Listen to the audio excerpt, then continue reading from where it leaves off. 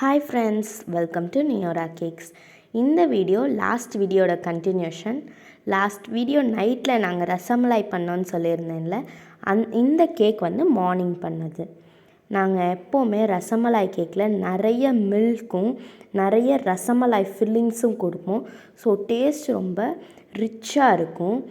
இப்போ நீங்கள் ரசமலாய் கேக் பண்ணுறீங்கன்னா ஒரு சின்ன டிப்ஸ், எப்போவுமே ஒரு நாளைக்கு முன்னாடியே ரசமலாய் கேக் பண்ணி வச்சுருங்க. அப்போ தான் ஒரு நாள் நைட்டு ஃபுல்லாக ஃப்ரிட்ஜில் செட் ஆகி டேஸ்ட் சூப்பராக இருக்கும்.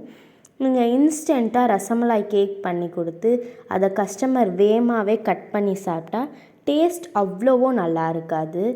இந்த டிசைன் எங்கள் அம்மா எப்போவுமே பண்ணுறனால எனக்கு செம்ம போரிங்காக இருக்கும். ஆனால் கஸ்டமருக்கு இந்த மாதிரி டிசைன் பண்ணால் தான் ரசமலாய்ஸ் நிறைய சாப்பிட கிடைக்கும். டேஸ்ட்டும் சூப்பராக இருக்கும். தேங்க்யூ.